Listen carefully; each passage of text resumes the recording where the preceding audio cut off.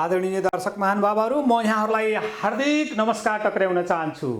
अब हामीले यो विश्वव्यापी रूपमा देखिएको जुन यो कोरोना भाइरस संक्रमण हो, यो संक्रमणलाई हामीले कसरी व्यवस्थित गर्न सकिन्छ, कम्तीमा पनि एउटा आहत भएको आम जनसमुदायलाई कसरी अलिकति भए पनि हाम्रो यस मिडिया मार्फत, यस टेलिभिजनको न्युज 2020 मार्फत कसरी सामान्यकरण गर्न सकिन्छ भनेर हामीले विभिन्न यस मुलुकका मात्रै होइन बाह्य मुलुकसँग पनि हामीले सम्पर्क विस्तार गरिरहेका छौँ र क्रमशः हामीले गाउँपालिका, नगरपालिका, उपमहानगरपालिका र महानगरपालिका हुँदै प्रदेश र देशका विभिन्न भागमा रहेका जनसमुदायलाई र सम्बन्धित जिम्मेवार व्यक्तित्वसँग हामीले प्रत्यक्ष संवाद गरेर कुनै ठाउँमा हामीले भिडियो संवाद गरेका छौँ, कुनै ठाउँमा हामीले टेलिफोन संवाद गरेका छौँ र पनि हामीले निरन्तर यो मिथिला नेपाल टेलिभिजनको न्युज 2020 यहाँहरूसँग जोडिरहेका छौँ। यस मानेमा पनि हामी खुसी छौँ कि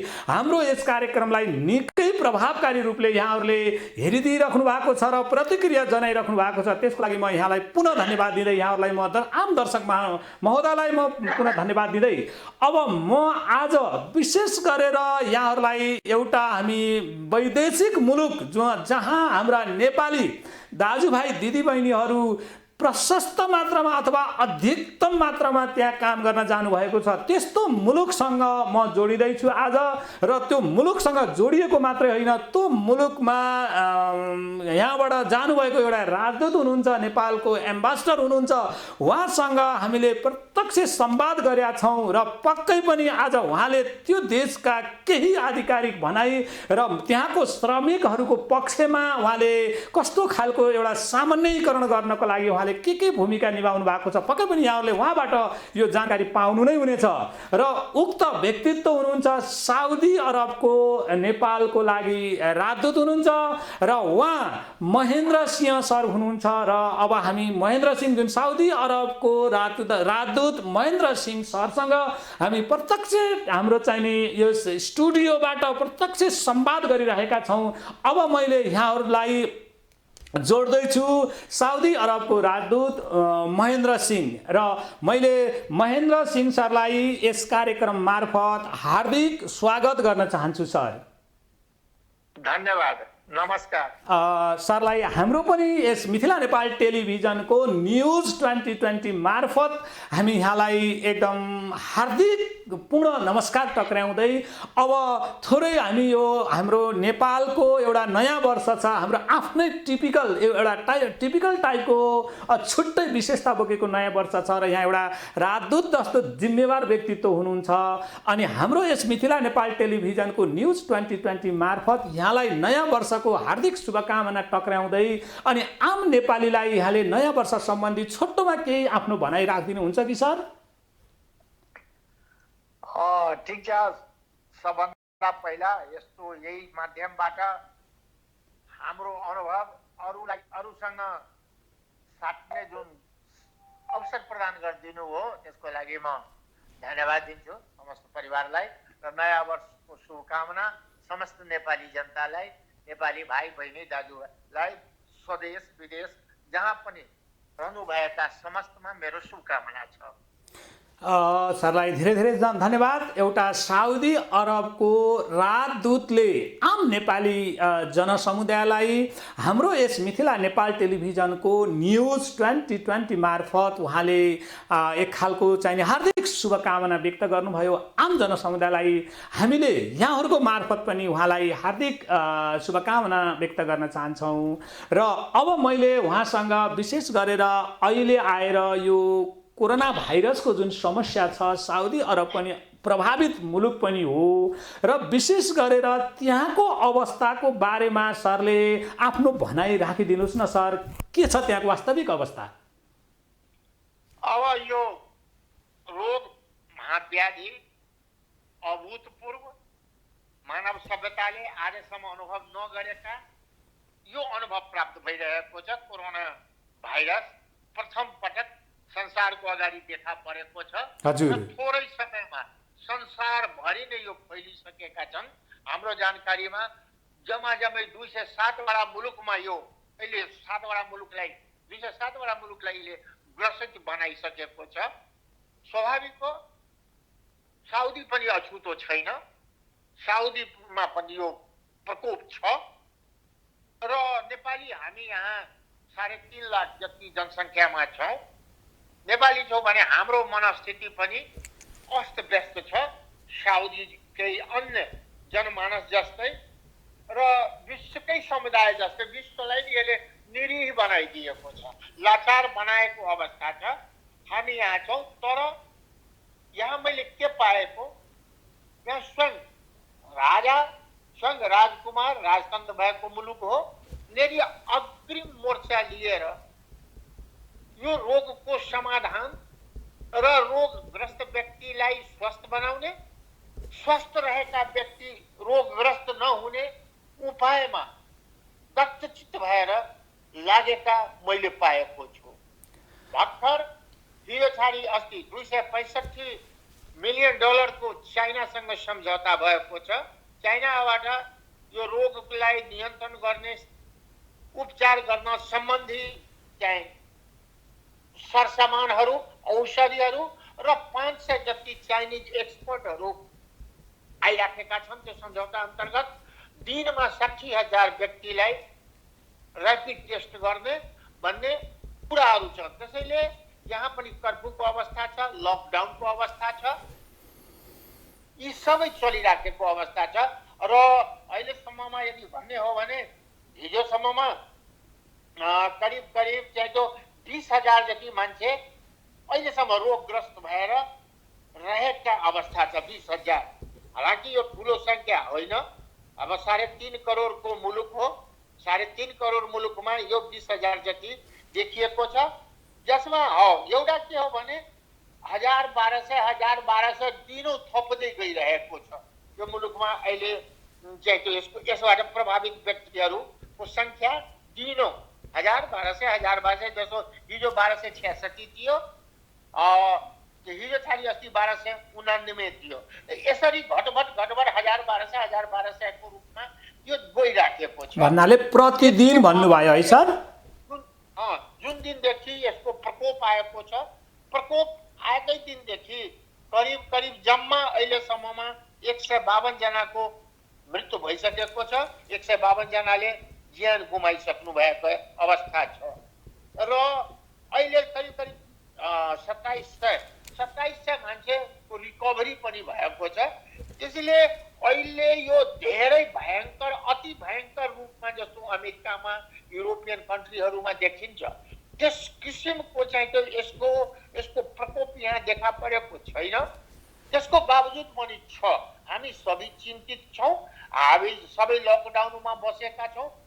हामी चाहिँ बडो सावधानीपूर्वक गभर्मेन्ट, जनता, यहाँ त यो प्रवासीहरू चाहिँ माइग्रेन्ट्स लेबरको संख्या छ 1.5 करोडको जति, सबैमा भारतबाट पनि छ। भारतको यहाँ 27 लाख लेबर काम गर्नुहुन्छ, पाकिस्तानको करिब 20 लाख छन्, के भन्छ बङ्गलादेशबाट पनि 18 लाख व्यक्ति यहाँ आएर चाहिँ जो वर्कफोर्सको रूपमा काम गर्दैछन्। हामी पनि 3.5 लाख करिब छौँ। काम चाहिँ यहाँ अब भनौँ धेरै फ्याक्ट्री, कल कारखानाहरू लकडाउनले गर्दा बन्द हुने अवस्थामा आउँदैछ। सानातिना मझौला उद्योग चाहिँ बन्द भइराखेको पनि छ। इत्यादिले गर्दा अब यो बन्द भयो भने स्वाभाविक छ कामको अभाव हुन्छ। काम बन्द, काम जब उत्पादन बन्द भने काम बन्द भने पैसा बन्द, आमदानी बन्द, आमदानी भएन भने मान्छे बेखर्ची हुन्छ। बेखर्ची भयो भने एक त स्वास्थ्यको चिन्ता, अर्कोतर्फ पैसाको पनि चिन्ता। यस किसिमको चिन्ताहरू यहाँ चाहिँ हामी सबैलाई प्रभावित गरेको अवस्था छ र हामी त्यसैमा अलिकति बडो गम्भीरतापूर्वक प्रयास पनि गर्दैछौँ। त्यसलाई कसरी म्यानेज गर्ने, कसरी व्यवस्थित गर्ने, कसरी नेपाली समुदायको मनोबल बढाइराख्ने भने हामी विभिन्न उपायमा लागेका छौँ। धन्यवाद सरलाई। सरले विस्तृत जानकारी गराउनु भयो र मलाई यहाँकै भनाइमा 1-2वटा कुराहरू अलि स्पष्ट हुन के मन लाग्यो भने, जस्तै यहाँले साउदी अरबको जनसङ्ख्या 3.5 करोड भन्नुभएको हो सर? हजुर हजुर हजुर साउदी अरबको जनसङ्ख्या 3.5 करोड अनि 1.5 करोड 1.5 करोड जनसङ्ख्या, त्यो 3.5 करोड भित्रै त्यो 1.5 करोडलाई पनि गनेर हो कि? यो 1.5 करोड मैले थपको कुरा गरेँ। ए हजुर हजुर हजुर। भनेपछि जे होस्, विभिन्न देशहरूबाट वैदेशिक रोजगारीको लागि साउदी अरबमा काम गर्न आउनेको सङ्ख्या 1.5 करोड त वैदेशिक रोजगारको लागि आउनेको सङ्ख्या मात्रै छ भन्ने यहाँले यो जानकारी गराउनु भयो। यहाँलाई धेरै धेरै धन्यवाद। लगभग अहिलेको अवस्था हामीले वैदेशिक रोजगारमा आएका सहितको हेर्ने हो भने हामीले धन्दै 5 करोड हाराहारीमा साउदी अरबको जनसङ्ख्या रहेछ अहिलेको अवस्था भन्ने उहाँले जानकारी गराउनु भयो। उपस्थिति 5.5 करोडको। हजुर हजुर, यहाँलाई धेरै धेरै धन्यवाद दिन चाहन्छु मैले। जुन खालको एउटा पक्कै पनि राजदूत, जुन यति जिम्मेवार राजदूत हुनुहुँदो रहेछ यहाँ भन्ने कुरो, यो कुराले पनि प्रश्न त्यहाँको जनसङ्ख्या कति छ, वैदेशिक रोजगारमा विभिन्न देशहरूबाट कति आउनु भएको थियो र विभिन्न देशको पनि लगभग यहाँले एकदम अनुमानित जुन यहाँले हामीलाई डाटा पनि दिनुभयो, त्यसको लागि पनि यहाँलाई धेरै धेरै धन्यवाद। कम्तीमा पनि यहाँ जस्तो व्यक्तित्वले जुन खालको डाटा हाम्रो यस मिथिला नेपाल टेलिभिजनको न्युज 2020 मार्फत आम जनतामा राखिदिनु भयो, यी पक्कै पनि यथार्थको कम धेरै नजिक छन् भन्ने हामीले पनि अनुमान गरेका छौँ। अब मैले सिधै यहाँसँग के कुरामा जोडिएँ भने सर, जस्तै विभिन्न देशमा बाट त्यहाँ वैदेशिक रोजगारमा आउनेको सङ्ख्या यहाँले बताइहाल्नुभयो। विशेष गरेर नेपालीहरू पनि 3.5 लाख हाराहारीमा त्यहाँ कामको लागि भएको कुरा यहाँले बताइ पनि सक्नुभयो। अब म यो पोइन्टतिर यहाँसँग अलिकति संवाद गर्न आइरहेको छु। विशेष गरेर अहिले यो कोरोना भाइरसको जुन एउटा विश्वव्यापी सङ्क्रमण देखिएको छ, विश्वलाई त्रसित बनाएको छ र धेरै ठुलो जनधनको क्षति पनि यसले पुर्याइसकेको अवस्था पनि छ। ठुल्ठुला शक्तिशाली राष्ट्रहरूलाई पनि अब what to do what not to do भनेर चाहिँ नि अहिले सिधै निष्कर्ष दिन सक्ने अवस्थामा पुगिसकेका छैनन्। अब आशा छ उहाँहरूले पनि केही न केही निष्कर्ष एउटा यसलाई सेटल डाउन गर्ने वातावरण बनाउनु होला, त्यो पनि हामी आशा गर्दछौँ। तर अब हाम्रो यस मिथिला नेपाल टेलिभिजनको न्युज 2020 को कन्सन्ट्रेसन कहाँ रह्यो भन्दाखेरिमा नेपालबाट वैदेशिक रोजगारमा गएर श्रम गर्ने साउदी अरबका जुन हाम्रो चाहिँ नि श्रमिकहरू हुनुहुन्छ, उहाँको अवस्थाको बारेमा यहाँलाई अहिलेसम्म भएको जानकारी के कस्तो छ, अलि विस्तृत रूपमा राखिदिनुहोस् न सर। यहाँ के छ भने स्वाभाविक हो, हामी चाहिँ नेपाली श्रमिकप्रति नै उसैलाई कसरी व्यवस्थित पार्ने, सामान्य दिनमा पनि यो त असामान्य अवस्था हो। सामान्य होस् या असामान्य अवस्था होस्, हाम्रो प्रथम दायित्व नेपाली श्रमिक नै हुन्। नेपाली श्रमिकहरू रेमिटेन्सका सबैभन्दा ठुला स्रोत र यो साउदी अरेबिया अहिले मलाई लाग्छ कि नम्बर 1 मै पुगेको होला। अब यो कहिले चाहिँ प्रथम, कहिले दोस्रो, कहिले प्रथम, कहिले दोस्रो रेमिटेन्सलाई चाहिँ त्यो देश पठाउने काममा चाहिँ त्यो साउदीको एउटा बडो महत्त्वपूर्ण योगदान छ। आकर्षक गन्तव्य पनि हो, यसमा कानुन व्यवस्था पनि राम्रो छ र इत्यादिले गर्दा नेपाली श्रमिक साउदी प्रति आकर्षित छन्। अब अहिले असामान्य परिस्थितिमा हामी के पाउँछौँ भने अब रोग यो त एकदमै देशव्यापी के विश्वव्यापी हो र यसको प्रभाव आर्थिक क्षेत्रमा पर्दैछ, कल कारखानामा पर्दैछ।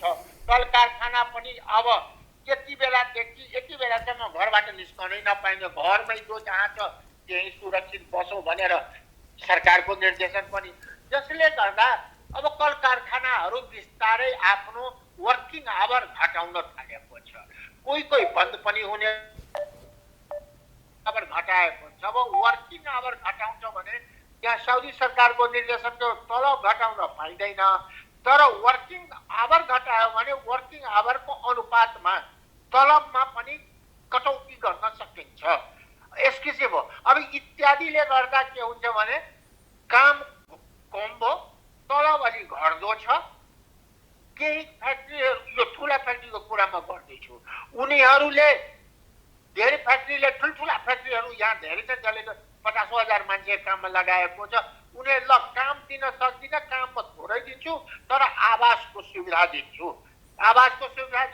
तिमीलाई तलबको सट्टा 200 दिन्छु 300 दिन्छु भन्ने पनि सम्झौता गर्दैछन्।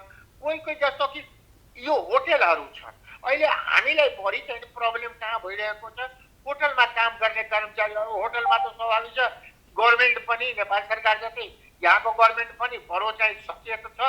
यो होटलहरूलाई यो सानो 4-5 वटा रिक्सा राखेर होटल चलाउने जस्तालाई बन्दै गरिदिएको छ। खाद्य पदार्थहरू संक्रमित हुन सक्छ भनेर बन्द गर। अब होटलमा काम गर्नेहरू व्यक्ति सानातिना कोही खेतीपातीमा काम गर्छ, कोही चाहिँ यो गाडीहरू मर्मत गर्ने समय स्याहार गर्ने त्यसमा वर्कसपमा काम गर्छ। यहाँ मजदुरहरूको संख्या 2 जना 4 जना 5 जना 10 जना छ। त्यस्ता सानातिना उद्योगहरू चाहिँ त्यो बन्द हुन थालेको छ। अब बन्द भयो भने स्वाभाविक छ त्यस्तामा संलग्न नेपाली श्रमिकहरू बेरोजगारको अवस्था फेस गर्ने अवस्था आइरहेको छ। अब बेरोजगारीको अवस्था छ, आम्दानी भएन, बेखर्ची छ, उनीहरूले अकोमोडेसन पनि कहाँ दिने त? ठुला ठुला ज्यादा आफ्नै छ, हजारौं मान्छेलाई राख्ने उनीहरूले बनाएको छ आवास। तर सानातिना चाहिँ 2-4 जना होटल राखेर होटल चलाउनेलाई त्यस्तो सुविधा त छैन। त्यस्ता श्रमिकलाई, नेपाली श्रमिक चाहे इन्डियन श्रमिक हो, जुनसुकै श्रमिक हो, कुनै देशको श्रमिकलाई सिमिलर प्रब्लम के हो भने एउटा अकोमोडेसनको प्रब्लम अहिले हामी कहाँ बडो ठुलो स्तरमा त होइन तर अब गाईको चाहिँ हामी सुन्न थालेको हो त्यो अकोमोडेसन। र अर्को मान्छे बेखर्ची छ, अब पैसा छैन भने घाँसको समस्या पनि। यो घाँस र बाँसको समस्या दुईटा चाहिँ त्यो अहिले उत्पन्न भइराखेको समस्या छ। अब हामी यहाँ के गरेका छौँ, नेपालीको अवस्था कस्तो छ के छ दिनौ रिपोर्ट चाहिन्छ। हामी आफ्नो जानकारी आफ्नो फेसबुकको माध्यमबाट चाहिँ नेपाली समुदायमा पठाउँछौँ। हामीलाई पनि नेपाली यो फेसबुकको माध्यमबाट श्रमिकको अवस्था, श्रमिकले आफ्नो प्रतिक्रिया जानकारी त्यहाँ दिनुहुन्छ। हामीले 2टा टेलिफोन यसै कामको लागि साउदीमा यो नेपाली मजदुरको अवस्था हामीलाई एकदमै साथसाथै प्राप्त होस् भनेर हामीले चाहिँ त्यो 2टा टेलिफोन र कर्मचारी यसमा चाहिँ त्यो 9 बजेदेखि 4 बजेसम्म स्थायी रूपमा व्यवस्था गरेका छौँ। जसमा कि आफ्नो म यहाँ छु, मेरो कम्पनी यो हो, मेरो मैन पावर यो हो, मेरो प्रब्लम यो हो भनेर चाहिँ त्यो लेखाउन पाउँछ। हामी चाहिँ लेखी पनि रहेका छौँ बडो तत्परता साथ। त्यसबाट पनि समस्या हामीलाई थाहा हुन्छ। घाँसको बाँसको पहिलो समस्या अहिले देखा पर्न थालेका छन्। यसका लक्षणहरू दिनमा 2-4-5 वटा कम्प्लेन आउँछ। खानको लागि नो फुड नो सेल्टर। अब यो समस्याको समाधानको लागि हामी यहाँ नेपाली समुदाय ठुलै संख्यामा, यदि हामी 3.5 लाख श्रमिक हौँ, नेपाली हौँ भने यहाँ एनआरएन भन्ने संस्था पनि छ, संसारमा फैलिएको संस्था हो विश्वव्यापी। यहाँ पनि छ एनआरएन साउदी अरेबिया। यसपछि नेपाली कम्युनिटीले विभिन्न सङ्घ संस्था समुदाय खुलेर बस्नुभएको छ। कोही कोही व्यक्तिगत रूपमा पनि दान दातव्य दिने व्यक्ति पनि नेपाली हुनुहुन्छ। उहाँहरूसँग भर्खर हिजो छाडी अस्ति मैले भिडियो कन्फरेन्सिङ पनि गरेको। के छ समस्या, अहिले त आवत जावत मुभमेन्टमा त कटौती छ, प्रतिबन्ध छ भने समय अनुसार 24 घण्टा त यताउति गर्न सक्दैन। अनि हामी भिडियो कन्फरेन्सिङ गऱ्यौँ, एकअर्कासँग समस्याको बारेमा छलफल गऱ्यौँ। समस्यामा कसले के गर्न सक्छ भन्ने कुराहरू धेरै त्यहाँ आयो। र यसले एनआरएन हो, एनआरएनले चाहिँ त्यो अब भनौँ न यहाँ एनआरएनले साउदी एनआरएनले आफ्नो केन्द्रीय कार्यालयबाट $5000 पाएको छ। यहाँ साउदीमा यही यो कामको लागि चाहिँ श्रमिकको समस्या सम्बोधन गर्न खर्च हुन सक्छ, त्यस कामको लागि उसले पाएको छ। विभिन्न समुदायका व्यक्तिले पनि ल डोनेट गरिराख्नु भएछ, त्यो पनि हो।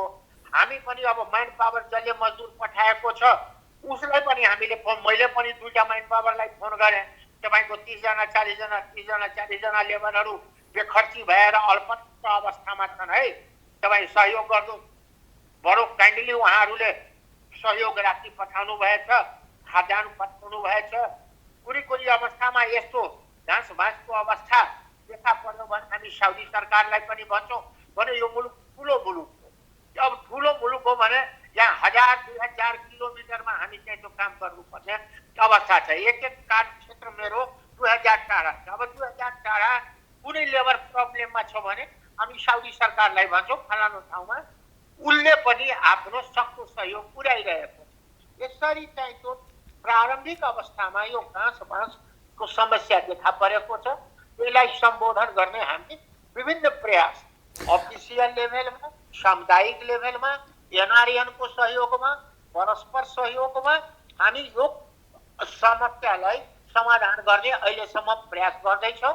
र अहिलेसम्म त्यस्तो उत्पन्न घाँस र बाँसको अभाव होस् भन्ने अहिलेसम्म कोही त्यस्तो भएको छैन। 1 घण्टा 2 घण्टाको लागि भयो होला, तर हामीले जानकारी पाउनु बित्तिकै यी सबै सङ्घ संस्था जसको नाउँ मैले उल्लेखित गरेँ, उनीहरूको परस्पर सहयोगमा घाँस बाँसको व्यवस्था भइरहेको छ। र अर्को कुरा त्यसपछि आउँछ अब सङ्क्रमण जब 20,000 मान्छे सङ्क्रमित छ यहाँ, स्वदेशी विदेशी, त्यो पनि म भन्छु, यो स्वदेशी विदेशी टोटल सङ्क्रमणको सङ्ख्यामा करिब 77% विदेशी नागरिक छन्।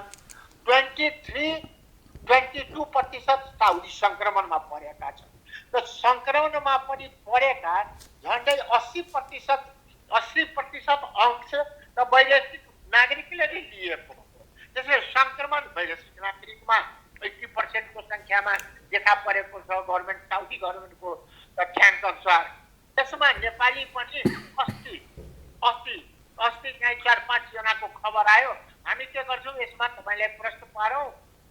हजुर सर, हजुर। हामी हेल्थ मिनिस्ट्रीबाट, इन्टरनल मिनिस्ट्रीबाट जे रिपोर्ट आउँछ ल नेपाली यति भयो सङ्क्रमित, त्यो सङ्क्रमित छ भनेर कुनको आधारलाई हामी फ्ल्यास गर्छौँ। अब त्यसमा चाहिँ जति आयो त्यो सबै अधिकांश अहिले चाहिँ त्यो ठिक भएर दुरुस्त भएर घर जानुभएछ। यो यहाँहरूको खुसीको लागि, नेपाली जनताको खुसीको लागि, नेपाली श्रमिक परिवारको खुसीको लागि म अहिलेको अवस्थासम्म के भन्न सक्छु भने एउटा पनि नेपाली श्रमिक वा नेपाली समुदायका व्यक्ति कोरोनाले गर्दा ज्यान गुमाउनु भएको अवस्था छैन।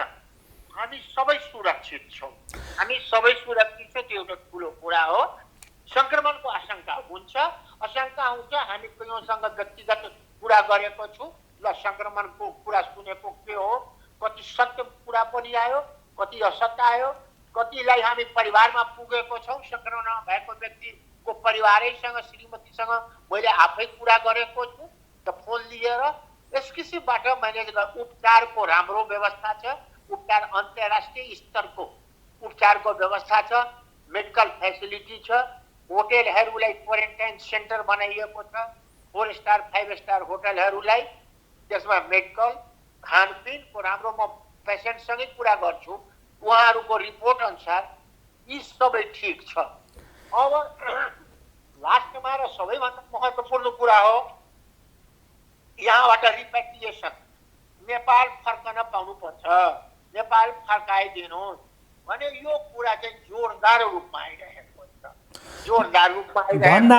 भन्नाले म छोटोमा सरसँग एउटा सानो कुरामा केही स्पष्ट हुन खोजेँ भन्दाखेरिमा त्यहाँ काम गर्ने नेपाली श्रमिकहरू जुन अहिले भनौँ अब काम गर्ने अवस्था छैन अनि अथवा चाहिँ नि उहाँहरू बिदामा बस्नु भएको छ, त्यस्ता व्यक्तिहरू नेपाल फर्कन पाए हुन्थ्यो भन्ने अपेक्षा राखेको कुरा यहाँले गर्नुभएको हो सर? हजुर हो, त्यही त होइन। केही चाहिँ काम नपाएर, केही बेखर्ची भएर इत्यादि। र मुख्य रूपमा समस्या छ, तर समस्या भन्दा पनि कुनै केसमा मैले हेरेको त्रसित भएर होइन, घर नै सुरक्षित ठाउँ हो। मान्छे अहिले जो विदेशमा छ नि, उसलाई के लाग्छ भने यहाँ अस्पतालको सुविधा, डाक्टरको सुविधा, उपचारको सुविधा भए तापनि मेरो सुरक्षा र मेरो लागि सुरक्षित ठाउँ मेरो गाउँ हो, मेरो घर हो भन्ने जुन मानसिकता छ नेपाली श्रमिकहरूमा केहीमा, त्यसैले गर्दा के छ भने होइन नेपाल हामी जान पाउनुपर्छ, नेपाल फर्काइदिनुहोस् भन्ने कुरा पनि आइरहेको छ। अहिले हाम्रो रिपोर्ट हामी त दिनौँ चाहिँ त्यो टेलिफोनबाट रिपोर्ट लिइरहेको छौँ, डाइरेक्ट प्रत्यक्ष सम्पर्कमा टेलिफोन नम्बर उपलब्ध गराएको छौँ नेपाली श्रमिकहरूलाई। उहाँहरूले टिपाउनुहुन्छ, त्यो त्यो नाउँ आफ्नो लेखाउँदा समस्या लेखाउँदा उनको समस्या समाधान के हो भने नेपाल फर्कन पाउनुपर्छ भनेर कुरा आइरहेको छ। म सरसँग फेरि 1 मिनट पछाडि फेरि पुनः जोडिन्छु सर। आदरणीय दर्शक महानुभावहरू, अहिले साउदी अरबको जुन राजदूतले राजदूतज्यूले जुन खालका कुराहरू हाम्रो यस मिथिला नेपाल टेलिभिजनको न्युज 2020 मार्फत जुन स्पष्ट रूपमा राखिदिनु भयो, हामीले उहाँलाई धेरै धेरै धन्यवाद पनि दिनुपर्छ। र आम नेपाली जनसमुदायलाई हामी के भन्न चाहन्छौँ भने यस मिथिला नेपाल टेलिभिजनको न्युज 2020 मार्फत स्वाभाविक हो विपदमा आफ्नो घर सम्झनु, विपदमा आफ्नो गाउँ सम्झनु, विपदमा आफ्नो देश सम्झनु र विपदमा आफ्नो परिवार सम्झनु यो मानवीय कर्तव्य पनि हो, मानवीय धर्म पनि हो। आदरणीय दर्शक महानुभावहरू हो, त्यसमा पनि हाम्रो समाज भनेको नेपाली समाज भनेको वास्तवमा एउटा आध्यात्मिक समाज पनि हो। त्यसो भएको हुनाले विपत्तिमा आफ्नो बाउ आमा छोराछोरी नाति नातिना जो हुनुहुन्छ जुन हाम्रो आफ्नो सम्पर्कमा रहेको व्यक्तित्व र नेपाली समाजलाई सम्झनु पनि एउटा उहाँहरूको एउटा चाहिँ त्यो हाम्रो सामाजिक बनोट र त्यो महसुस गरिएका कुराहरूको कारणले उहाँहरूलाई यस्तो भएको हो। तर म उहाँहरूलाई पनि के आग्रह गर्छु भन्दाखेरिमा यस मिथिला नेपाल टेलिभिजनको न्युज 2020 मार्फत आदरणीय साउदी अरबमा बस्ने दाजुभाइ तथा दिदीबहिनीहरू र यहाँहरूलाई भनेकै बेलामा तुरुन्तै आजको भोलि केही गर्न नसकिने अवस्था पनि होला, तर आशा गर्नुहोस् र विश्वास गर्नुहोस् कम्तीमा पनि नेपाल सरकारले यसको केही व्यवस्था गर्ने नै छ। र यहाँहरूले सुन्नु पनि भयो होला, प्रत्यक्ष रूपमा आज राजदूतज्यूले जुन खालको भावना व्यक्त गर्नुभयो, उहाँले कति जिम्मेवार भएर उहाँको भावना व्यक्त गर्नुभएको छ भन्ने कुरा त अभिव्यक्तबाट पनि हामीले बुझ्न सकिन्छ। र अब फेरि म यसो भन्दै हाम्रो राजदूतज्यूले पनि यो प्रयत्न गरिदिनु होला, हाम्रो तर्फबाट पनि यस मिडियाको तर्फबाट पनि हामी नेपाल सरकारलाई हामी के आह्वान गर्छौँ भने कम्तीमा पनि साउदी अरबमा जुन पीडा भोगेर बस्नु भएको नेपाल फर्कन चाहने जुन हाम्रो ठुलो जनसङ्ख्या छ भन्ने कुरा भर्खरै हाम्रो चाहिँ राजदूतज्यूले बताउनु भयो। त्यसो भएको हुनाले नेपाल सरकारले यो प्रयत्न गरिदियोस्, कम्तीमा पनि साउदी अरबबाट फर्कन चाहने बेखर्ची भएका जुन नेपाली दाजुभाइ दिदीबहिनीहरू आम जनसमुदाय श्रमिकहरू हुनुहुन्छ उहाँलाई कसरी हुन्छ एउटा वातावरण बनाइयोस् भन्ने हामी आह्वान पनि गर्छौँ। र हाम्रो यस मिथिला नेपाल टेलिभिजनको न्युज 2020 मार्फत हामी माग पनि गर्छौँ आदरणीय जनसमुदाय। फेरि म हाम्रो राजदूतज्यूसँग म फेरि सम्पर्कमा गएँ। सर, म फेरि यहाँसँग सम्पर्कमा आउँदैछु र यहाँले भन्नुभएको थियो जुन हामीले 2वटा नेपालको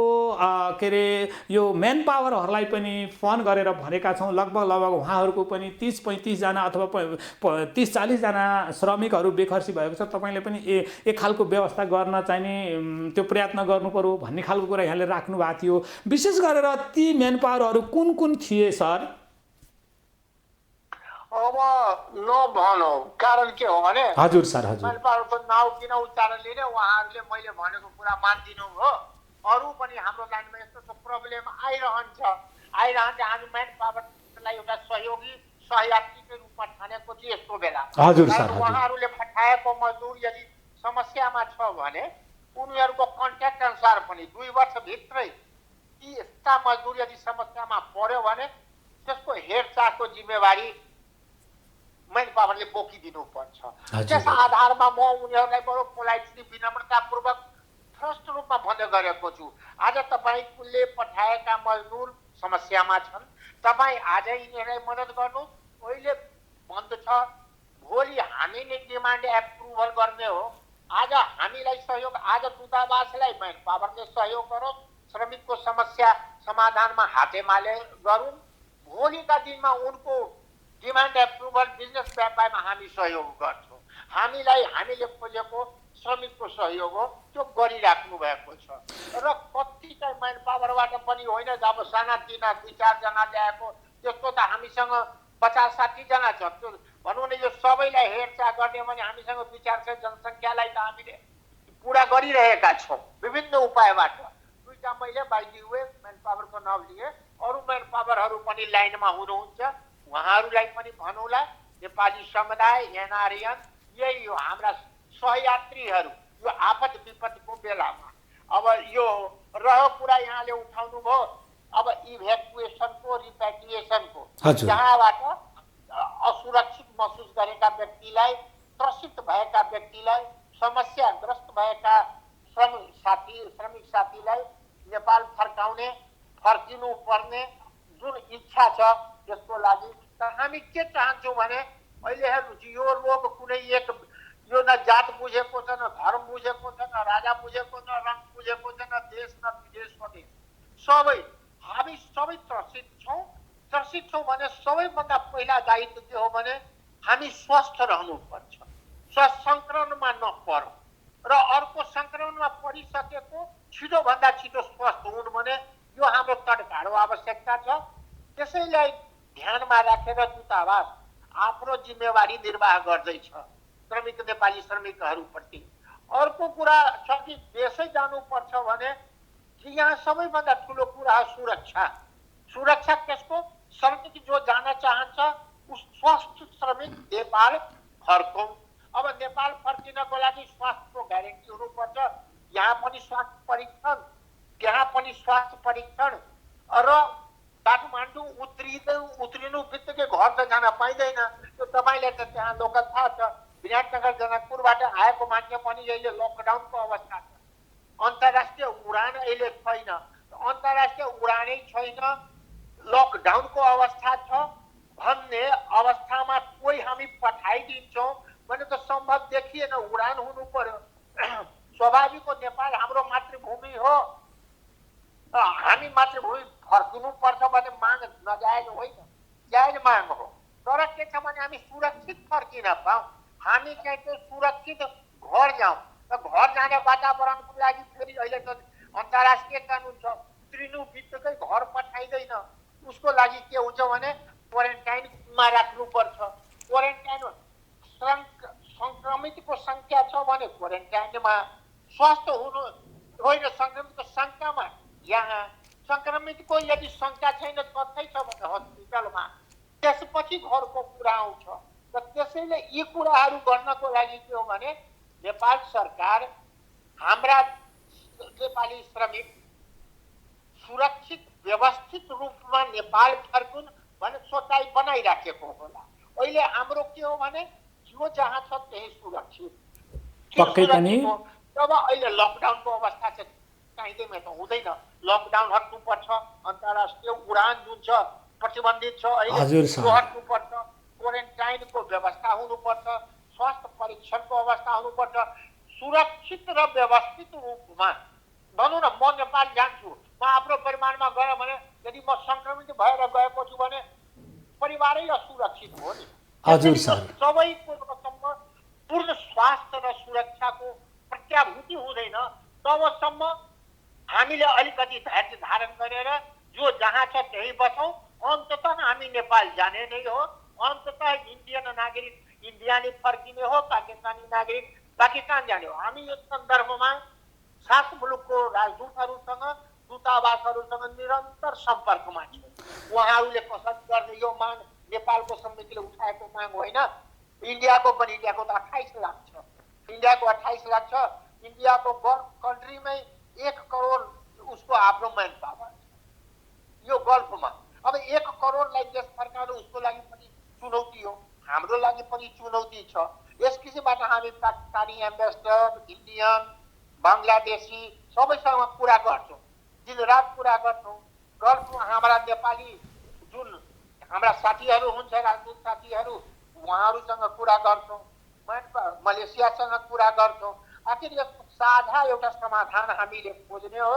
नेपाल सरकार पनि यसलाई बडो गम्भीरतापूर्वक लिइराखेको अवस्था छ। हामी पनि आफ्नो डेली रिपोर्ट आफ्ना सरकारलाई दिन्छौँ। यसको वस्तुगत धरातलीय यथार्थ के हो, के गर्दा ठिक हुन्छ। तर यो सबै के हो भने चाहिँदैमा हुँदैन, व्यवस्थापकीय प्रब्लम पनि हो। हाउ टु म्यानेज यसलाई चाहिँ त हामी फर्काउँदा कसरी म्यानेज गर्ने, ती म्यानेजको प्लानिङ इत्यादि बनिराखेको होला, सोचाइ बनिराखेको होला। त्यसपछि काम हुन्छ, पूर्वाधार तयार हुन्छ, हामी जान्छौँ। अनि यहाँ हामीले श्रमिकहरूलाई फर्काउँछौँ भने हजुर, अब मैले फेरि हजुर सर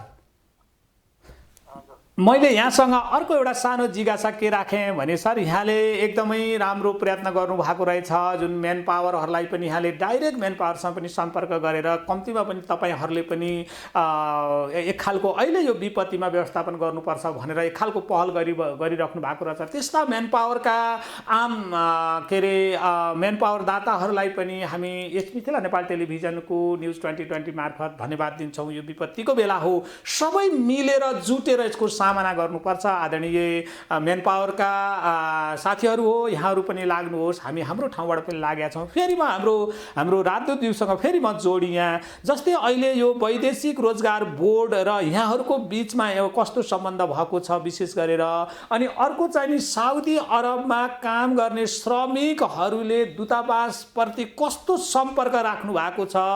अनि त्यसैमा फेरि अर्को मैले 3टा जिज्ञासा यहाँसँग राखेँ। यो अहिलेको विपद व्यवस्थापन गर्नको लागि विशेष गरेर साउदी अरबको राजदूतावाससँग विपद व्यवस्थापनको लागि बजेटको छुट्टै व्यवस्था छ कि छैन, छ भने त्यसका स्रोतहरू के हुन्, त्यो कुरा पनि अलिकति राखिदिनुहोस् न सर। हजुर सर, अब यो स्रोत सम्बन्धी कुरा हो, बोर्डसँगको कुरा गर्नु हो। बोर्ड के हो भने सामान्य अवस्थामा पनि त्यो श्रमिक उद्धारमा एउटा गहकिलो प्रभावकारी भूमिका खेल्दै आएको निकाय हो। अहिले पनि हामी अपेक्षा राखेका छौँ, हाम्रो कुराकानी चल्दैछ। हेरौँ, त्यसैले बोर्ड त यस्तो बेलामा दिने नै हो, हामी आशावादी छौँ। अर्को कुरा कुन भन्नु हो, अर्को जुन त्यो बजेट व्यवस्थापन, जुन विपद व्यवस्थापन गर्नको लागि साउदी अरबको राजदूतावाससँग बजेटको व्यवस्था कस्तो छ, त्यो त्यसका स्रोतहरूको बारेमा। त्यस्तो कन्टिन्जेन्सी वा इमर्जेन्सी फन्ड त हुँदैन हामीसँग। हजुर सर, हामीसँग श्रमिक उद्धार भनेर बोर्डले दिएको पैसा हुन्छ। त्यस्तो भनौँ न, कोही जेलमा छ, कोही अब त महिला पनि हुन्छ, महिला कुनै आपद विपदमा छ, त्यो सामान्य कालमा पनि हामीले उद्धार गर्ने, घर पठाउने काम गर्दै आएको हो। त्यस किसिमबाट भनौँ न, यहाँ चाहिँ त्यो अब विभिन्न घटनामा परेर मृत्यु हुनेको सङ्ख्या पनि, कालगतिले पनि, कहिले अकाल मृत्युको सङ्ख्या पनि, मृत्यु हुने व्यक्तिको पनि घर पठाउँदा के कहाँ कहिले काहीँ हामीले खर्च गर्नुपर्ने अवस्थामा वैदेशिक रोजगार बोर्डले दिन्छ। तर त्यो अहिले के हो भने अहिले बहुतै कम हो, त्यो न्यूनतम हो। अहिलेको जुन समस्याको आकार हो, समस्याको जुन प्रकार हो, त्यो भयावह समस्यामा चाहिँ त्यो हामी फेरि प्रयास गर्दैछौँ।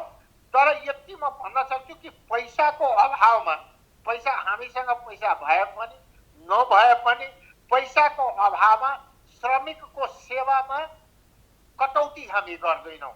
हामी सक्दो आफ्नो सामर्थ्य अनुसार नेपाली श्रमिकलाई, यहाँ आउनुभएको श्रमिकलाई व्यवस्थित राख्न, सुरक्षित राख्न हामी हर मद्दत प्रयास चाहिँ त्यो गरिराखेका। अनि श्रमिकहरूले कतिको दूतावासमा कतिको सम्पर्क गरिराख्नु भएको छ सर?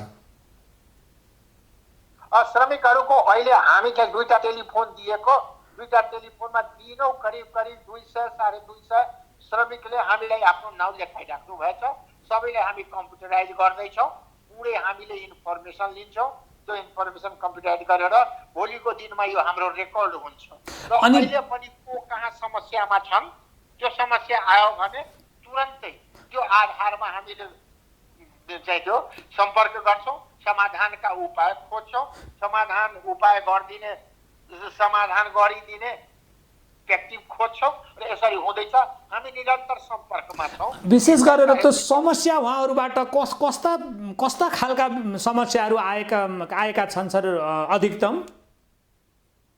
अधिकतम समस्या चाहिँ यो नो फुड नो वाटर, यो चाहिँ त्यो भनौँ 90% हो, 90% हो। यो अहिले घाँस बाँसको समस्या 90% आइरहेको छ। त्यसपछि हो फलानु मेरो साथी सङ्क्रमित भयो सुनेको छु, के हो त्यो अलिक खोजी नीति गरिदिनुहोस् न, त्यो पनि हामी हेर्छौँ। र अन्तमा नेपाल जान फर्किन पाउनुपर्छ भने त्यो यही कुरा हो, घाँस बाँस उपचार र नेपाल फर्किने। अनि बडा महत्त्वपूर्ण बुझ्दा हजुर सर, दूतावासले मजदुर जातिहरूबाट हजुर सर, श्रमिकहरूले जुन खालको एउटा समस्या राख्नुभयो अनि दूतावासले यसलाई साउदी अरबको नेपाल जुन राजदूतावास छ त्यसले कसरी सम्बोधन गरेको छ सर? अहिले त हाम्रो समस्या अहिले काबुभन्दा बाहिर गएको छैन। हजुर हजुर अहिलेसम्ममा समस्या आउँदै गर्छ, आइराखेको छ, हामी समाधान गर्दैछौँ, त्यसमा केही छैन। कुनै अल्पत्र बिचली परेको 2 दिन 4 दिन 5 दिन त्यस्तो छैन। हामी सम्भव छिटोभन्दा छिटो समाधान गर्दै गइरहेका छौँ। भनेपछि यहाँको जति समस्या आउँछ दूतावासमा त्यो समस्यालाई हामीले उहाँहरूलाई जुन समस्या परेको लागि समस्याबाट मुक्त गर्नको लागि हाम्रो क्षेत्रबाट जे जति हामीले सकेका छौँ त्यसलाई एकदम तदारुकता हामीले देखाएका छौँ भन्ने सरको आशय हो।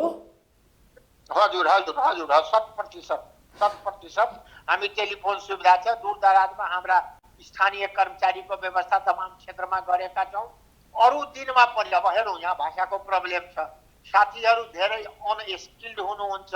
अनस्किल्ड साथी आफ्नो भाषा बाहेक अन्य भाषा नै थाहा छैन। हामी यस्तै बेलामा एउटा नेपाली डाक्टर MBBS ढाका युनिभर्सिटीबाट MBBS गरेर आउनुभएछ, उहाँलाई उहाँको नम्बर सबैलाई दिएका छौँ। उहाँसँग सम्पर्क गरेर अब यहाँ त तुरन्तै हो नि, रुगा पनि लाग्यो भने कोरोनाले नि समात्यो कि भनेर आफ्नै डाक्टरलाई पहिला सोधौँ न, डाक्टर साहब यो लक्षण हो, म के खाऊँ के पिउँ भनेर त्यो डाक्टरको सुविधा पनि हामीले उपलब्ध गराएको हो। डाक्टरको सुविधा पनि यहाँ छ। स्वास्थ्यको बारेमा नेपालीमै कुरा गरेर आफ्नो कुरा भन्ने, डाक्टर साहबको एडभाइस लिने, त्यो डाक्टर साहबको नम्बर उपलब्ध गराइएको छ। दूतावासले आफ्नो नम्बर 2टा नम्बर त पर्पसली त्यसै कामको लागि कोरोनाबाट उत्पन्न परिस्थितिमा प्रभावित व्यक्तिले आफू फोन त्यहाँ सम्पर्क गरून् समस्यामा परेकाहरू। अरू पनि हाम्रो हटलाइनहरू छन्, अरू कर्मचारीको नम्बर छ। त्यसैले संवादमा कतै अवरोध छैन। संवादको लागि दूतावासले अब म सरसँग दुईटा कुरामा स्पष्ट हुन खोजेँ सर। आम यस मिथिला नेपाल टेलिभिजनको न्युज 2020 मार्फत हामी आम जनतालाई, हामी जनसमुदायलाई के कुरा राखिराखेका छौँ भने अब हामीसँग रहेका दुईटा जिज्ञासा छ। एउटा त्यो वैदेशिक रोजगार बोर्डले विशेष गरेर मजदुर श्रमिकहरू व्यवस्थापनको लागि भनेर एउटा फन्डै तयार बनाएको हुन्छ, त्यताबाट पनि अहिलेको यो विपत्तिमा दूतावासलाई केही सहयोग जानुपर्ने होइन सर? उनीहरूको त एनुअली वार्षिक रूपमा आइ नै राखेको हुन्छ। अहिले पनि हामी अपेक्षा राखेको छ, केही छैन। अहिले त्यो त अन्तिम त हो नि, अब त्यो त जहाँबाट हाम्रो संस्थाहरू छन् त्यो स्रोत त बन्द त भएको छैन, खुल्छ आउँछ, त्यो केही छैन। हामी आशावादी छौँ, त्यो प्रब्लम छैन, फन्ड प्रब्लम छैन। त्यति यहाँलाई म विश्वास दिलाउन सक्छु कि नेपाली जनतालाई सुरक्षित राख्न, व्यवस्थित राख्न नेपाल सरकार पूर्ण संवेदनशील छ। नेपाल सरकारका निकायहरू पनि संवेदनशील छन् र हामी आफ्नो सामर्थ्य अनुसार एकदमै यो गर्न तत्पर छौँ र गरि पनि रहेका छौँ। फन्डलाई हामी समस्याको रूपमा प्रकट हुन दिँदैनौँ। हजुर सर, भनेपछि जस्तै अहिले नेपालमा के भएको छ भने विभिन्न गाउँपालिका, नगरपालिका, महानगरपालिकाहरूलाई सरकारले छुट्टै बजेटको पनि व्यवस्था गरेका छ, सङ्घीय सरकार, प्रदेश सरकारले। अनि अब यो पनि एउटा ठुलो विपत्ति हो जबकि साउदी अरबमा 3.5 लाख नेपाली जनसङ्ख्या छ भनेदेखि त्यहाँ पनि फेरि साउदी अरब भनेको पनि एउटा प्रभावित मुलुक भएको हुनाले सरकारले छुट्टै व्यवस्था गर्नु पर्थ्यो अथवा पर्थेन। यहाँको आशय छोटोमा के भन्न चाहनुहुन्छ सर? हाम्रो सरकारले, हजुर सर, नेपाल सरकार त हामी त हटलाइनमै छौँ नि। हाम्रो त भनौँ न दिवारात्रि हामी चाहिँ आफ्नो हेडक्वार्टरसँग सम्पर्कमा हुन्छौँ, उहाँहरूलाई आफ्नो समस्या भन्छौँ, उताबाट हामीलाई निर्देशन आउँछ, त्यो निर्देशन अनुसार यहाँ चाहिँ पुरै समन्वयमा हामी चाहिँ काम गर्दैछौँ। त्यसैले यस्ता व्यवस्थापकीय भनेपछि सरको आशय भनेको नेपाल सरकारले अहिले गर्नुपर्ने जुन सहयोग, दूतावासलाई गर्नुपर्ने सहयोग हामीले पूर्ण रूपमा पाएका छौँ भन्ने यहाँको आशय हो सर? निसन्देह त्यसमा त शङ्कै छैन। त्यो त भनौँ न आर्थिक रूपमा, मानसिक रूपमा, निर्देशनको रूपमा हामी पूर्ण समन्वयमा चाहिँ काम गर्दैछौँ। निर्देशन अनुसार नेपाल सरकारको जुन संवेदनशील निर्देशन हो त्यसलाई चाहिँ हामी शिरोधार्य गर्दै फिल्डमा उत्रेका हौँ काम गर्दैछौँ। विशेष अब मैले अर्को सरसँग के जिज्ञासा राखेँ भने जस्तै साउदी अरबमा काम गर्दा गर्दै मृत्यु हुने विशेष गरेर मृतकहरूको नेपालमा त्यो डेड बडी आउन अत्यन्त लामो समय लाग्ने र यो प्रखाइमा नेपाली जनताहरू विशेष गरेर त्यहाँ उहाँसँग सम्बन्धित जनसमुदाय साह्रै पीडित हुनुपर्ने अवस्था पनि छ। यसलाई अलिक तदारुकता अथवा अलिक छिटो गर्न सक्ने अथवा के त्यस्तो के कारणले यति धेरै समय लाग्ने हो सर? समय अब धेरै हामी छुट्याउँदै गएका छौँ। पहिला त के हो भने यो बडो विशाल भूभाग हो। म एउटा यहाँलाई निवेदन गरौँ। हजुर सर। ललितपुर जिल्लाको क्षेत्रफल जति छ त्यति बहराइनको क्षेत्रफल हो, जति काठमाडौँको पुरा क्षेत्रफल हो त्यति कतारको क्षेत्रफल हो। हाम्रो क्षेत्रफल के हो भने यो छोड गर्छु भने यो 21 लाख वर्ग किलोमिटरको यो मुलुक हो। इन्डियाको 2/3 क्षेत्रफल भनौँ न, इन्डियाको जति छ त्यसको 2/3 क्षेत्रफल साउदी अरेबियाको क्षेत्रफल हो।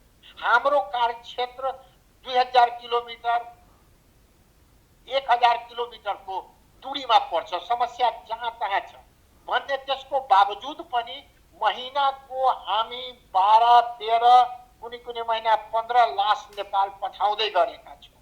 त्यो हाम्रो कन्स्टेन्ट अनवरतमा आएको 3 वर्ष हो।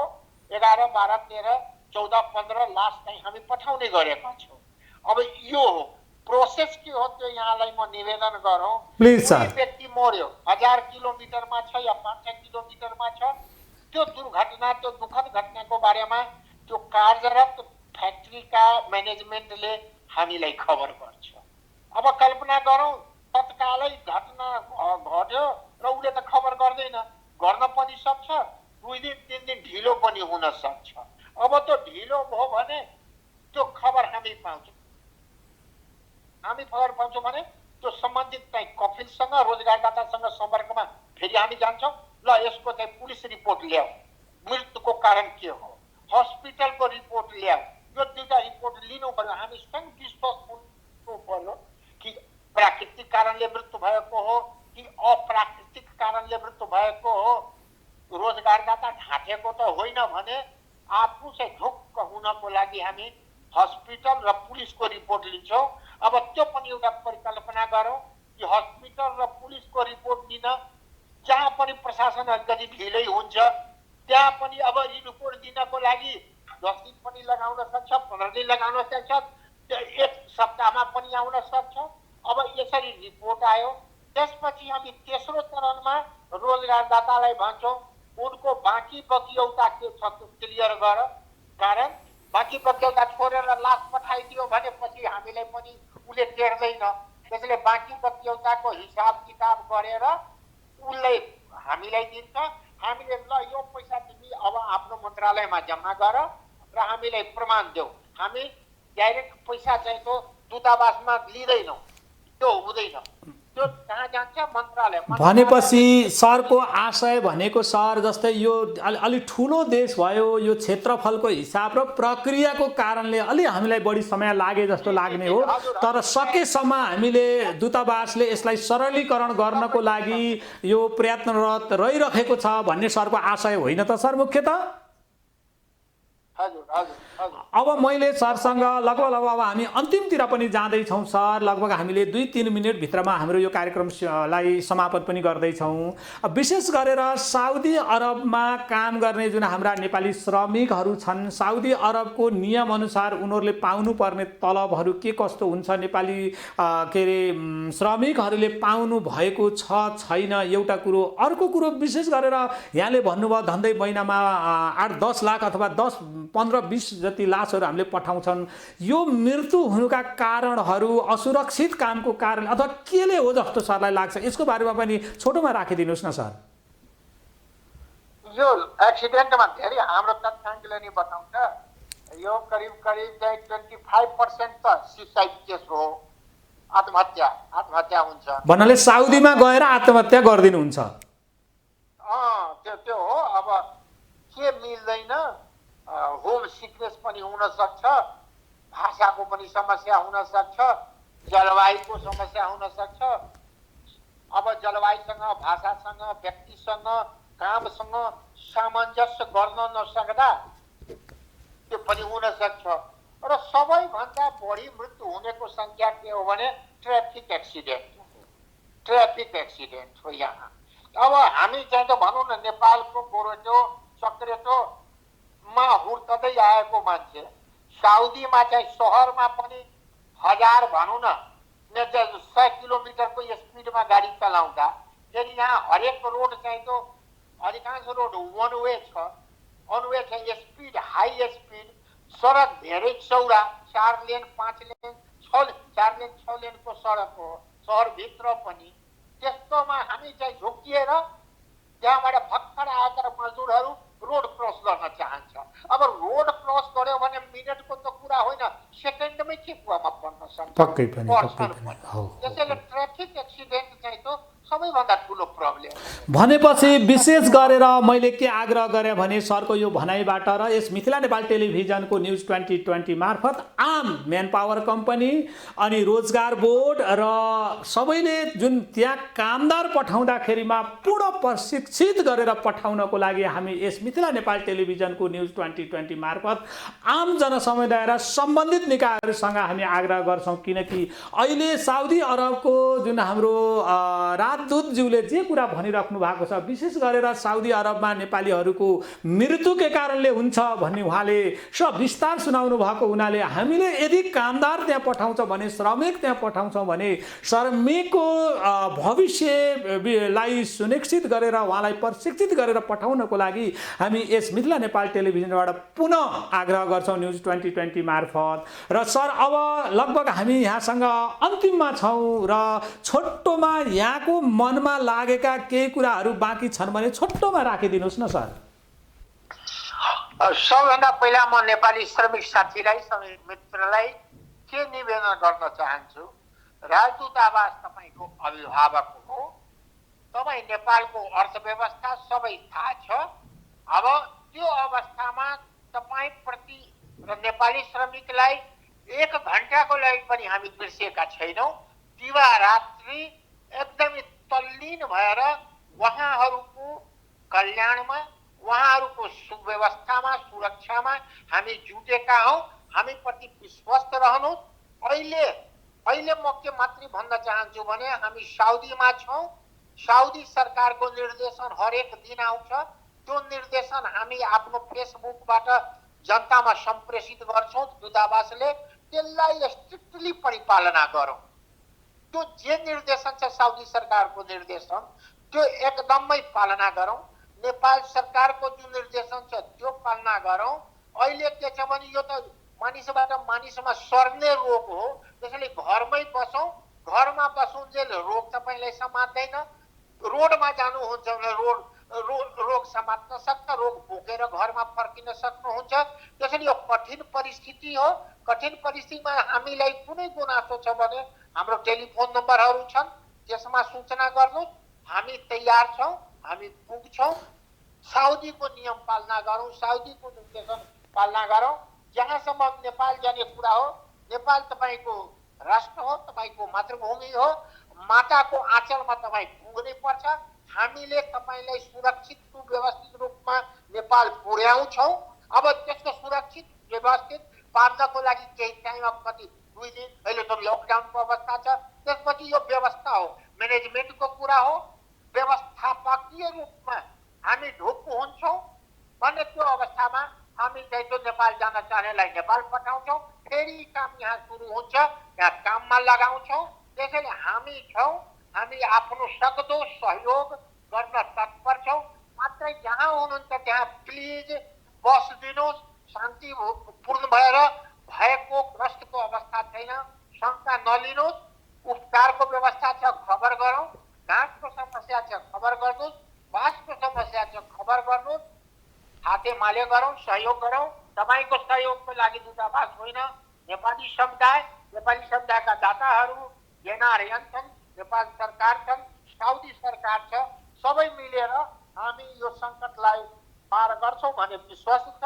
त्यो बेलासम्म साउदी सरकारको नीति निर्देशन पालना गरिदेऊ, प्लिज, मेरो आग्रह। सरलाई धन्यवाद। मैले अब छोटोमा दुईटा जिज्ञासा लिएँ। एउटा, यहाँबाट जुन सहमति गरेर जाने श्रमिकहरूले जुन त्यहाँ पाउने पारिश्रमिक यहाँबाट गए अनुसार पाउँछन् कि पाउँदैनन् सर, एउटा। अनि अब यो कोरोना भाइरसको कारणले जुन खालको अब पछाडि साउदीमा नेपालीहरूले जुन रोजगारी पाउँथे, यो रोजगारी पाउने यही स्थिति रहला कि घट्ला, छोटोमा यो कुरा राखेर म सरसँग बिदा हुँदैछु।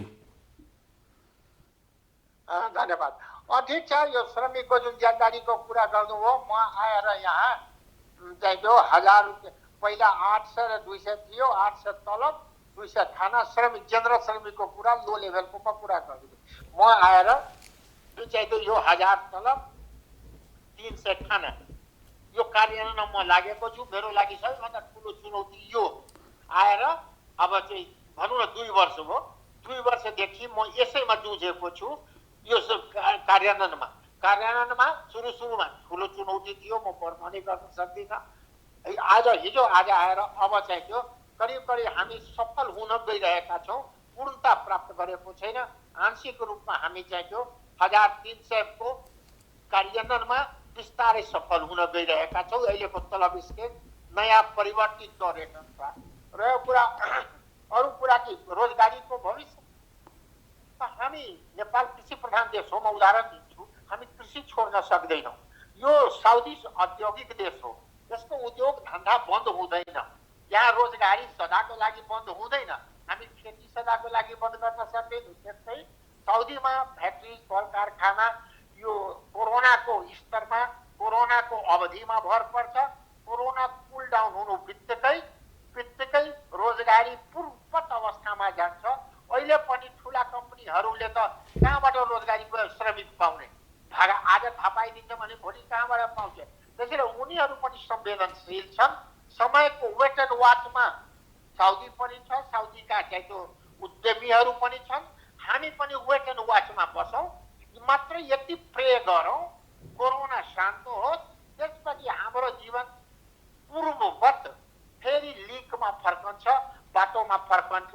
रोजगारी खुल्ला छ, खुल्ला रहिरहनेछ। यो केही दिनको लागि मात्रै हो। सबै ठिक हुन्छ लेखकको हो र हामी फेरि आफ्नो काममा पूर्व जुट्छौँ भन्ने मलाई विश्वास छ। सरलाई धेरै धेरै धन्यवाद। र यहाँले धेरै कुरा हाम्रो यस मिथिला नेपाल टेलिभिजनको न्युज 2020 मार्फत प्रत्यक्ष रूपमा राखिदिनु भयो। यहाँलाई हामीले यस हाम्रो टेलिभिजनको तर्फबाट पनि धेरै धेरै धन्यवाद दिँदै, आदरणीय दर्शक महानुभावहरू, म यहाँहरूलाई के भन्न चाहन्छु भने हामीले आज विशेष गरेर साउदी अरबको राजदूतसँग सिधै सम्पर्कमा गएका थियौँ। किन हामी गयौँ भने साउदी अरबमा विशेष गरेर नेपाली कामदारहरू, नेपाली श्रमिकहरू 3.5 लाख हुनुहुन्छ र केही सङ्ख्यामा त्यहाँ अलिकति रोजगार समस्या पनि देखिएको छ भन्ने खालको तिनलाई व्यवस्थित गर्ने कुराहरू पनि उहाँले गर्नुभएको छ र हामी त्यसमा प्रयत्नरत छौँ। र जति पनि होमसिक भएका र यो विपत्तिको बेलामा नेपाल फर्कन चाहने आम नेपाली जनसमुदायलाई हामीले के प्रयत्न गर्छौँ भने सकेसम्म हामी सार्क कन्ट्रीहरू, विशेष गरेर भारत, पाकिस्तान, बङ्गलादेश लगायतका सार्क कन्ट्रीहरू मार्फत हाम्रो चाहिँ नि सम्पर्क भइराखेको छ। कसरी उहाँहरूलाई चाहिँ नि अब आफ्नो घर घर पुर्याउने, आफ्नो देश पुर्याउने भनेर हाम्रो चाहिँ नि डे टु डे सम्पर्क भइराखेको छ र हामी त्यसमा प्रयत्नरत छौँ। र हामीले निरन्तर सरकारसँग, नेपाल सरकार र विभिन्न सार्क देशका सरकारहरूसँग सम्पर्क गरिराखेका छौँ र मजदुरको भविष्यको लागि, विशेष गरेर श्रमिकको भविष्यको लागि हामी चिन्तित छौँ र हामीले सकेसम्म उहाँहरूलाई सेटल डाउन गर्नको लागि, नर्मल बनाउनको लागि, आश्वस्त पार्नको लागि अहोरात हामीले चाहिँ नि सम्पर्क गरिराखेका छौँ। र हाम्रो दूतावासमा हामीले छुट्टै खालका 2वटा हटलाइन पनि विशेष गरेर नेपालीहरूको लागि हामीले राखेका छौँ। त्यसमा पनि हामीले एउटा MBBS गरेको नेपाली डाक्टरलाई पनि हामीले त्यो व्यवस्था गरेका छौँ। र जति साउदी अरबको राजदूतावासले गर्न सक्छ त्यो पूर्ण रूपमा हामीले तयार गरेका छौँ। हामी तयारी मनस्थितिमा छौँ र पनि नेपालीहरू अहिले 20,000 चाहन्छन्, 20,000 सङ्क्रमितमा र 154 जना मृतकमा एउटा पनि नेपालीहरूको अप्रिय घटना हामीले सुन्न परेको छैन। जम्मा 5-6 जना चाहिँ नेपालीहरू संक्रमित हुनुहुन्थ्यो, त्यही पनि केही संख्यामा उहाँहरू के अरे स्वास्थ्य लाभ गरिसकेको अवस्था पनि हो। र यसकारण अहिले साउदी अरबमा नेपाली जनमानसमा त्यस्तो खालको एउटा त्रास त छ, तर यो संक्रमित संख्या नेपाली जनसङ्ख्यामा पाइएको छैन। र हामीले यो कृपा पनि गरौँ, अझ यस्तै समय कायम रहोस् भन्ने उहाँले आह्वान पनि गर्नु भएको छ। हामी मिथिला नेपाल टेलिभिजनको न्युज 2020 मार्फत पनि आम साउदी अरबमा काम गर्ने श्रमिक दाजुभाइ दिदीबहिनीहरूलाई हाम्रो पनि के आग्रह छ भने यहाँहरू सुरक्षित बस्दिनुहोस्। अहिले हामी पनि त्यसरी नै नेपालमा सुरक्षित रूपमा बसेका छौँ, लकडाउनमा बसेका छौँ र नेपालमा जम्मा आजसम्म हेर्दाखेरिमा 54 जना संक्रमित देखिएको छ। त्यसमा पनि 17-18 जना चाहिँ नि स्वास्थ्य लाभ गरेर घर फर्किसकेको अवस्था छ भने हामीले कुनै पनि नेपाली अब विदेशमा हामीले बेलायततिर हामीले हेरेका छौँ, अमेरिकामा पनि केही संख्यामा अलिक बढी मात्रामा संक्रमित भएको ठाउँमा चाहिँ नेपालीहरूको पनि दुःखद निधन भएको हामीले खबर पाएका छौँ। त्यसप्रति हामी बहुत चिन्तित पनि छौँ आदरणीय दर्शक महानुभावहरू। र विशेष गरेर हामीले साउदी अरब, कतार यहाँ यो ठाउँमा चाहिँ नेपालीहरूको डेथ भएको रिपोर्टहरू हामीले पाएका छैनौँ। हामी क्रमशः हामीले विभिन्न देशहरूसँग र साउदी अरबको विभिन्न त्यहाँ कारखानामा काम गर्ने, उद्योगमा काम गर्ने सिधै श्रमिकहरूसँग पनि हामीले सम्पर्क गरेका थियौँ र उहाँहरूका भावना पनि हामीले बुझेका थियौँ। अहिले साउदी अरबको दूतावासको जिम्मेवार व्यक्तित्व राजदूतसँग नै हामीले सम्पर्क गऱ्यौँ र यहाँहरूलाई हामी के आश्वस्त पार्न सक्छौँ भने हाम्रा नेपालका सम्पूर्ण निकायहरू यति सचेत छन् र जनताको लागि, विशेष गरेर आम नेपालीको लागि, दाजुभाइ दिदीबहिनीहरूका लागि अहोरात खट्छौँ। हामीले जतिखेर विपत्ति आउँछ त्यतिखेर हामी सब एकजुट भएर विपत्तिको लागि लड्छौँ भन्ने खालको, विपत्तिसँग सामना गर्छौँ भन्ने खालको कुरा हाम्रो साउदी अरबको राजदूतज्यूले पनि दिनुभयो र उहाँलाई पनि हामी यस मिथिला नेपाल टेलिभिजनको न्युज 2020 मार्फत एकदम धन्यवाद दिन चाहन्छौँ र हामी यस्तै कार्यक्रमहरू यहाँहरू माझ ल्याउने बाचा गर्दै अहिलेलाई म यहाँहरूसँग बिदा हुन्छु। त्योभन्दा अगाडि हाम्रो युट्युबबाट पनि यो कार्यक्रम प्रसारित हुन्छ, त्यसलाई पनि हेरिदिनु होला र कहीँनिर केही चित्त नबुझ्दा कुराहरू छन् भने हामीलाई पनि सच्याउनको लागि र विशेष गरेर हामीले जो सम्पर्क व्यक्तित्वलाई पनि सच्याउनको लागि अथवा उहाँले भनेका कुराहरू ठिक बेठिक के कति छन् सबै कुरा हामीले देख्ने कुरा पनि होइन आदरणीय दर्शक महानुभावहरू। उहाँहरूले भनेका कुरालाई हामीले मान्ने हो र सुन्ने हो र यसलाई चाहिँ सकेसँग असल रिजल्ट, असल नतिजा निकाल्नको लागि हामीले कोसिस गर्ने हो आदरणीय दर्शक महानुभावहरू। त्यसो भएको हुनाले हामी आग्रह गर्छौँ कमेन्ट लेखिदिनु होला र भने अनुसारको काम यदि भएको रहेनछ भने फेरि हामी उहाँसँग सम्पर्क गएर उहाँलाई हामीले प्रश्न पनि उठाउनेछौँ। होइन भने उहाँलाई यहाँहरूको चाहिँ नि भावना अनुसारको हामी धन्यवाद पनि पुनः उहाँलाई दिने आशा गर्दै अहिलेलाई म यो कार्यक्रमबाट बिदा हुन्छु। यो प्रस्तुता हिराबहादुरको तर्फबाट यहाँहरूलाई धेरै धेरै धेरै धेरै धन्यवाद दिँदै यस्ता कार्यक्रमहरू ल्याउने बाचा गर्दै बिदा हुन्छु। हस्, सबैलाई धन्यवाद।